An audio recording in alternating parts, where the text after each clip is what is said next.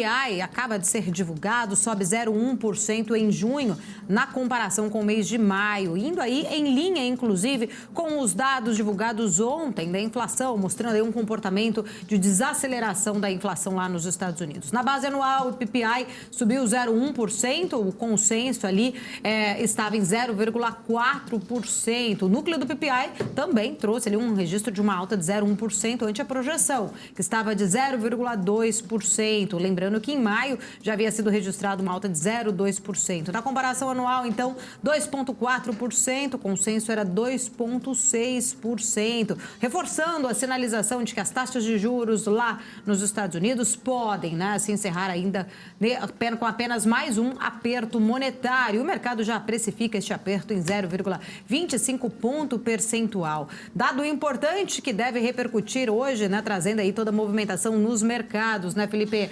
Sinalização que o mercado gostaria ali realmente de ter. A gente lembra que o Fed analisa muito mais o PCI, fugiu aqui o PCI, mas PPI e CPI de ontem trazendo aí uma visão de que a inflação, pior da inflação, parece que já passou. Pois é, Paula, muito bom dia para você, bom dia para todo mundo. Os dados acabam reforçando aquela trajetória de desinflação, uma inflação mais desacelerada que os Estados Unidos têm visto, e dados importantes desde a semana passada, quando a gente viu o payroll vindo menor do que o esperado, trazendo já uma possibilidade do Federal Reserve fazer um aumento da taxa de juros apenas e depois esperar para ver os próximos dados. Então, fotografia após fotografia vai dando esse sinal que o mercado tanto aguardava a respeito de uma possibilidade de melhora nos dados, justamente para justificar a política monetária do Banco Central. O que a gente tem percebido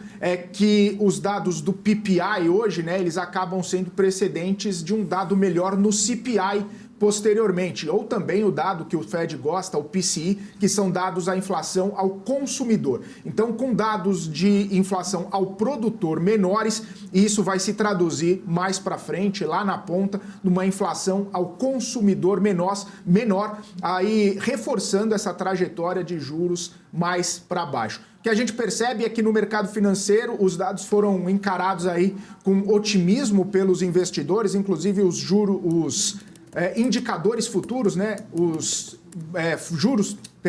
indicadores futuros dos Estados Unidos, as bolsas operando no futuro em alta. O Dow Jones sobe 0,11%, o S&P sobe 0,27% e a Nasdaq sobe 0,59%. A gente viu um movimento também de alta no Ibovespa futuro, no índice futuro brasileiro. Assim que saíram os dados do PPI, eles acabaram ficando em linha, praticamente na mesma, só que o futuro, na abertura, abriu um gap de alta de praticamente 1.000 pontos. Ele abriu num gap de 600 pontos, chegou aos 1.000 pontos ao longo dos primeiros minutos de negociação e aí ele acabou ficando em linha.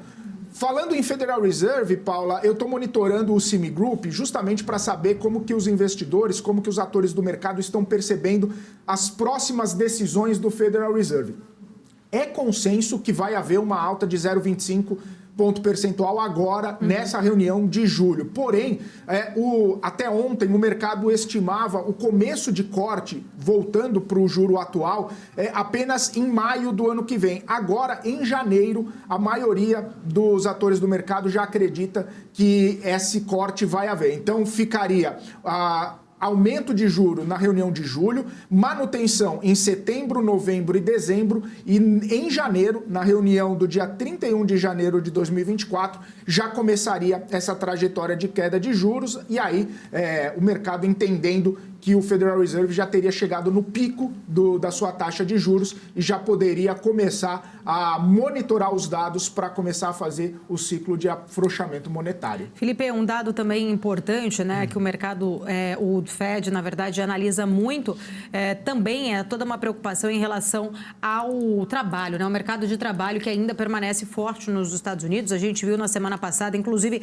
na própria ata do Fed, do Federal Reserve, eles citaram acabaram ali justamente de olhar dado a dado para se tomar aí essa decisão de quando vão começar esses cortes, então, para o ciclo de juros por lá. E um ponto importante é o mercado de trabalho, que ainda assim, né, se mostra ali bastante forte. Inclusive, nos dados da semana passada, a gente teve um ADP que veio ali bem forte ainda. O payroll veio ainda ali dentro do que estava sendo esperado, praticamente, mas ainda assim mostrando esse mercado de trabalho, né, que é algo de ficar atento, né, de se preocupar. E agora, a gente tem agora, neste exato momento, que os dados de pedidos iniciais por seguro-desemprego desta semana ali, que caíram, então, para 237 mil. O Departamento de Trabalho dos Estados Unidos anunciou, então, que os novos pedidos de seguro-desemprego caíram para 237 mil na semana que foi encerrada, na data, então, do dia 8 de julho. O número ficou abaixo do que era esperado pelo mercado, a expectativa era de 250 mil solicitações. Lembrando que na semana anterior, os pedidos, então, somaram 249 mil, conforme, então, aí os dados revisados. O que a gente vê que são menos pedidos de seguro-desemprego reforça os dados que a gente viu na semana passada, ou seja, né, o mercado ainda segue robusto por lá, com muita geração de empregos, como a gente viu pelo ADP da semana passada, o que deve, então, trazer aí ainda um pouquinho de uma cautela, de olhar exatamente para estes números, porque a gente sabe que o seguro-desemprego está relacionado, né, a mais pessoas dando entrada a pedido ali de seguro-desemprego, e o mercado ainda fica de olho, monitorando um pouco mais a relação dos dados ali de emprego, né, Felipe?